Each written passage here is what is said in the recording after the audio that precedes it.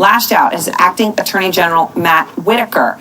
Trump was upset with Whitaker because prosecutors he oversees implicated the president in their Michael Cohen investigations. All right, so let's get to the bottom of exactly what this means. I want to go to Pamela Brown and Laura Jarrett, who are breaking the story. Pamela, let me start with you. What can you tell us? Well, Aaron, on at least 2 occasions in the past few weeks, we have learned that the president has vented at his acting attorney general, Matt Whitaker, about the Michael Cohen investigations. The president, angered by federal prosecutors referencing him in crimes that Michael Cohen pleaded guilty to.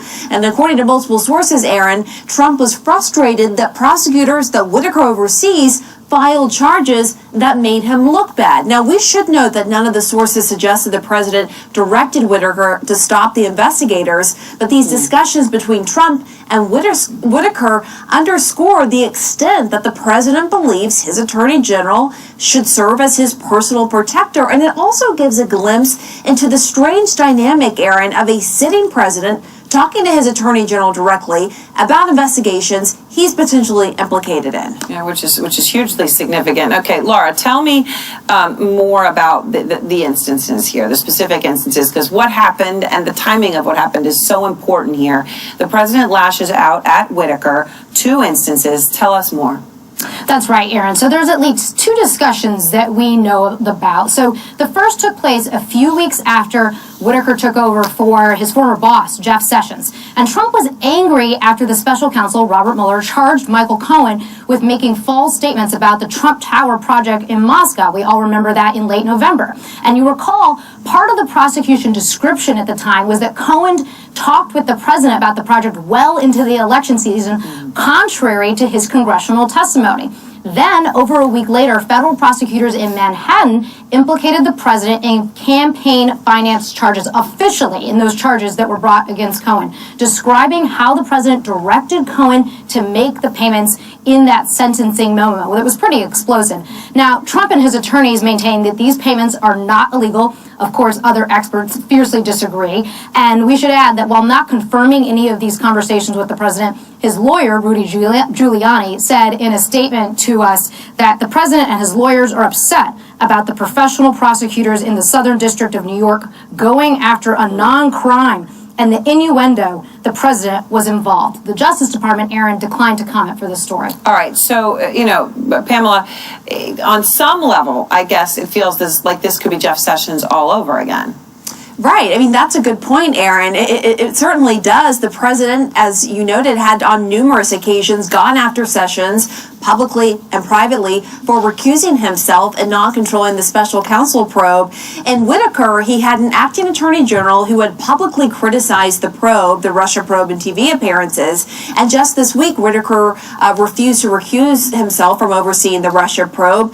He rejected an ethics advisor review that said he would not be perceived as impartial because of his public comments.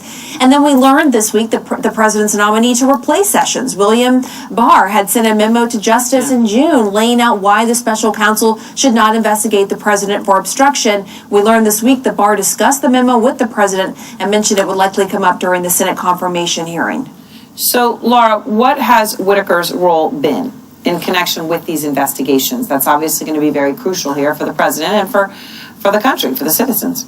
Absolutely. That's been the question all along. Since he came into office in November, it's always been an issue of what exactly has he been up to vis-a-vis the Mueller investigation. And until this week, Whitaker had actually not been briefed about the investigation, sources tell us, but he was given a heads up about the fact that the Cohen plea was coming in late November. And we learned this week that Whitaker will soon get a briefing now that he's done that ethics review, as Pamela mentioned, and he's decided for himself not to step aside from the investigation. Of course, the Deputy Attorney General's office, Rod Rosenstein, still manages it day to day, but those two could clash because Whitaker is now in the driver's seat. And so if they disagree with on anything, Whitaker would overrule him.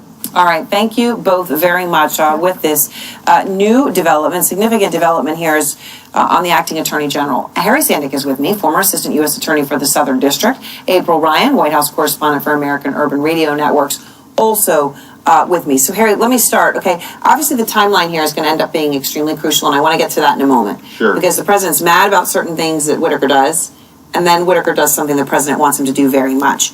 So, but let's start here first with this reporting from Pamela and Laura on how angry the president is at Whitaker over campaign finance and the Trump Tower Moscow. How significant is that? I think it's very significant. I think it's significant because these continued discussions with the people who are supervising the investigation, he doesn't have to come out and say, you know, keep me out of the investigation. The anger that he shows afterwards reflects what his intent was and what his intent is going forward, which is to influence the investigation. But as we've seen, number one, Whitaker was sort of holding off pending the ethics review, which he's now come out the opposite way from Sessions and decided to not recuse from the investigation. And what we've also seen is that career prosecutors in the Southern District are going to do their job without fear or favor. They're not going to do something in hopes of satisfying the president or the acting attorney general. So, April, what do you make of this, right? I mean, the two instances that Laura and Pam just walked through, right? The president being implicated in Trump Tower project in Moscow and the hush money payments to mistresses, but right before the election, right in the final days before the election. So, what does this mean that the president is weighing in on these things? The president is very upset. I mean, and of late, when is the president not upset? But you've got to remember, one of the reasons why he's upset is because he distanced himself from this. He looks bad. You know, we keep going back to that audio and that video of when the president was on Air Force One saying he had nothing to do with those payments, and then we now have these tapes from Michael Cohen that we've heard some tapes, and if we've heard just very little, imagine what they have within the investigation. And you have to remember this, Michael Cohen, even though the president tries to dismiss and diminish his relationship to him, Michael Cohen was very critical to this president for a number of years. He understood about, he knows what's going on with the foundation, the alleged illegal activities with the foundation, with the Trump Foundation. He also knows the Trump Tower Russia meetings. And, you know, Michael Cohen, and people forget, Michael Cohen also brought to the president very key people that the president really relied on. Some people maybe unscrupulous, some people maybe professional. But Michael Cohen was also the person who brought a lot of the black thinkers or leaders that the president would like to call to him. So this president doesn't like it, but there are too many tentacles that intertwine both of them. And he may be upset, but he's upset because it's being revealed. And Harry, to this point, though, now let's enter the timeline. Yeah. You know, Whitaker does these things regarding campaign finance, Michael Cohen, Trump Tower, Michael Cohen. The president's upset, expresses that frustration. Then, ethics advisor reviews, says, you know what, Whitaker, you've made negative comments about this probe, you should recuse yourself. Whitaker does not. Is he doing it to try to make up to the president? Try to say, look, don't worry, I'm still okay? I mean, when you put that timeline together and his willingness to overrule the ethics panel, what do you think? I think, number one, he's absolutely trying to curry favor with the president. The president was angry when Sessions recused himself, and he's not going to make that mistake. Number two, from the timeline that's been laid out tonight, it certainly seems as if it's in response to the president's expression of anger, that now that he's cleared by the ethics review, or sort of cleared, he actually cleared himself. I believe the ethics opinion and he overruled the review, which was you should recuse. Exactly. So he's now going to wade into this, and we may well see him try to prove his worth to the president in ways that he didn't before. I mean, April, you know, this is the acting attorney general, right? Right. Whitaker. Now, we've got William Barr, Trump's pick to formally take over the job, right?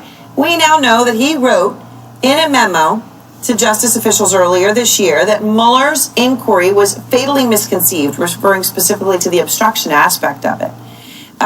This is pretty clear that he also agrees with the president, right? I mean, it's pretty...